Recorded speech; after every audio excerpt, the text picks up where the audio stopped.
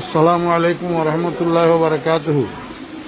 প্রিয় মুসলিম ভাই সব, আমি মাওলানা ফরিদউদ্দিন আল মোবারক বলতেছি।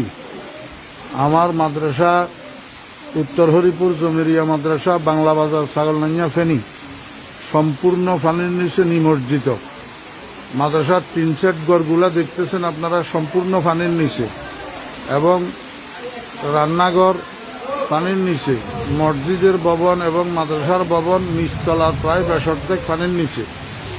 মাদ্রাসার নিচে নামলেই অঠাই পানি, যেখানে ছাত্র শিক্ষকদের মাথার উপরেও ১ হাত পানি। এমতো অবস্থায় আমাদের খাওয়া দাওয়া, পায়খানা প্রস্রাব অসুবিধা হইতেছে, খাওয়ার পানির অসুবিধা হইতেছে। আপনারা দেখেন, এই শতাধিক ছাত্র শিক্ষক মাদ্রাসায় পানিবন্দী হইয়া রয়েছে। এই অবস্থায় হৃদয়বান মুসলমান ভাইদের এবং বিভিন্ন স্বেচ্ছাসেবক সংগঠনগুলোর কাছে আবেদন, আপনারা মেহরবানি করে এখান থেকে আমার ছাত্র শিক্ষকদেরকে উদ্ধার করেন।